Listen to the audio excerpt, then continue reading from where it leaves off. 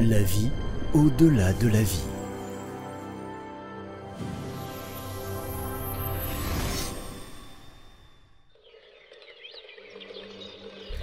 En voyageant à travers le plan subtil, les amis se sont retrouvés dans un monde où les cyclopes géants vivaient après la mort. Ils n'avaient qu'un œil au milieu de leur visage, là où les gens ont la glabelle.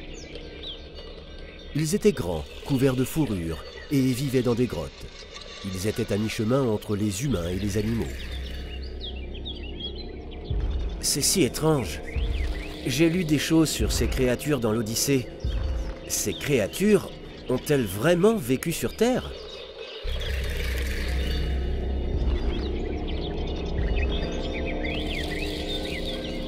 Les amis arrivaient vers l'un d'eux en volant.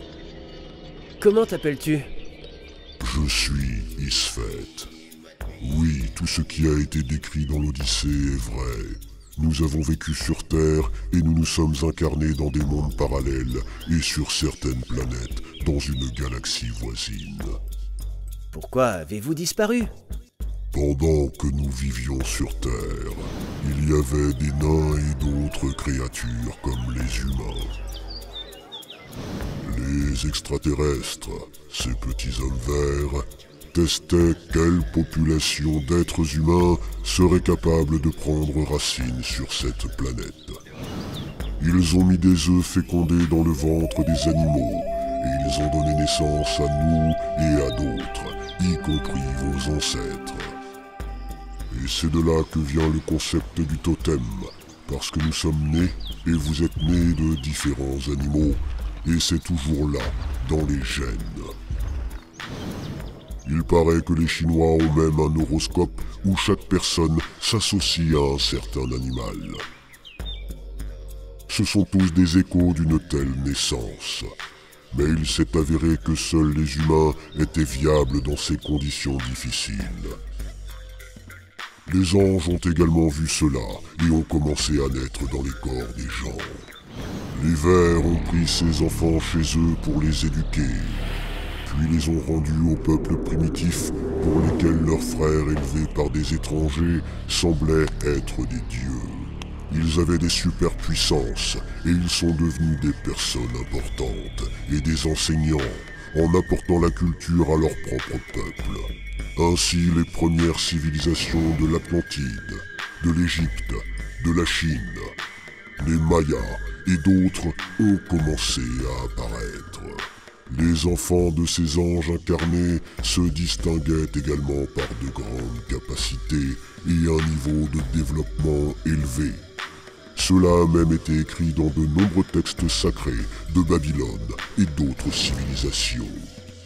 Il y a des échos de ces traditions dans la Bible hébraïque, bien que ces légendes soient données sous une forme très abrégée, à partir de laquelle il est difficile de comprendre quoi que ce soit. Quant à nous, nous avons commencé à nous incarner sur des planètes plus appropriées. C'est très intéressant. Maintenant, je sais comment les corps physiques et les civilisations ont été créés sur Terre.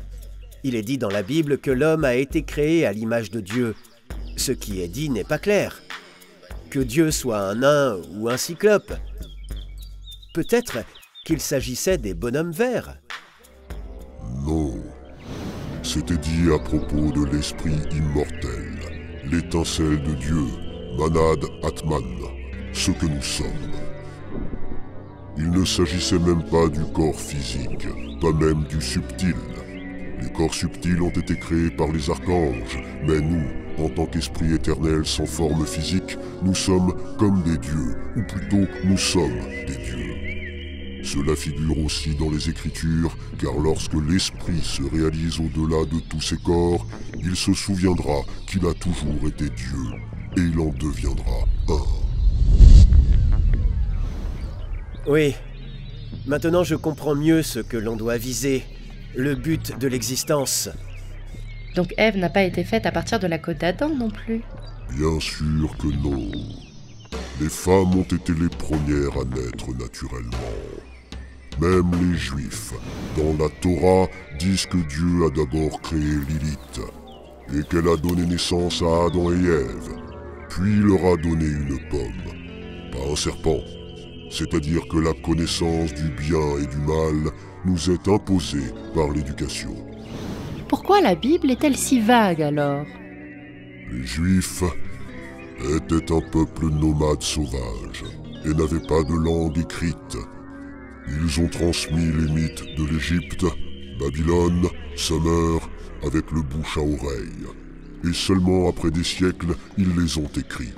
Cela le rend si incomplet, fragmenté et déformé.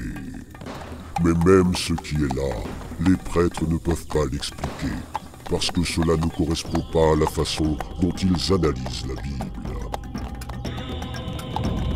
Pendant qu'il parlait à Isfet, le centaure Gnor s'approcha.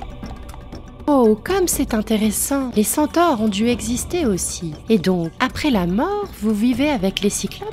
Oui, beaucoup de créatures merveilleuses vivaient sur Terre à cette époque. Et maintenant, vos scientifiques trouvent leur reste. Mais ils ont peur d'être jugés.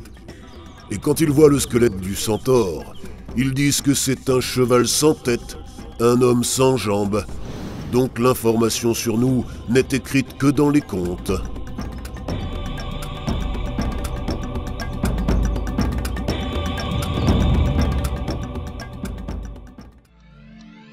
Le dessin animé est basé sur le livre La vie au-delà de la vie.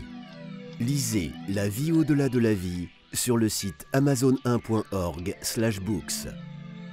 Recevez d'autres pratiques intéressantes, des connaissances spirituelles et des cadeaux sur les sites web de nos partenaires. Vous trouverez les détails dans la description.